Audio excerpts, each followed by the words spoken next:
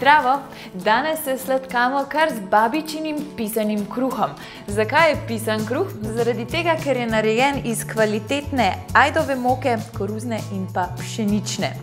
Pripravljen je tudi z dolgotrajno metodo, s kislim testom, kar ga naredi čudovito aromatičnega.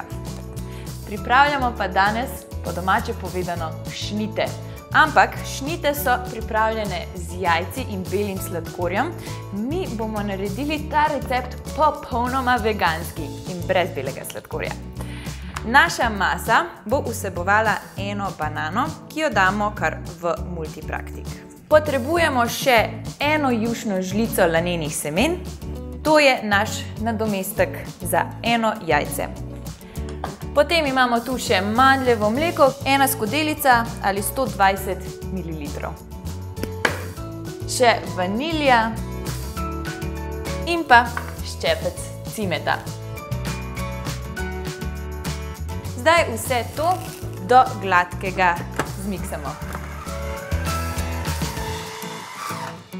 Tako. Ko vidimo, da je masa pripravljena, jo enostavno samo prelijemo v pekač in zelo pomembno je, da to maso pustimo počivati vsaj 5 minut, ker tako bo laneno seme začelo delovati in bo zgostilo našo maso. Po 5 minutah je naša masa pripravljena in zdaj čisto enostavno. Vse, kar moramo narediti, je naš pisan kruh namočiti v tole čudovito maso,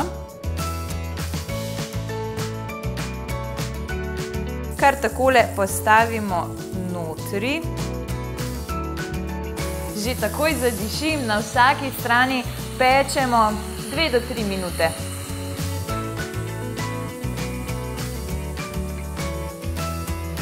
In zdaj kar serviramo takole na krožnik, ni nič nezdravega tukaj.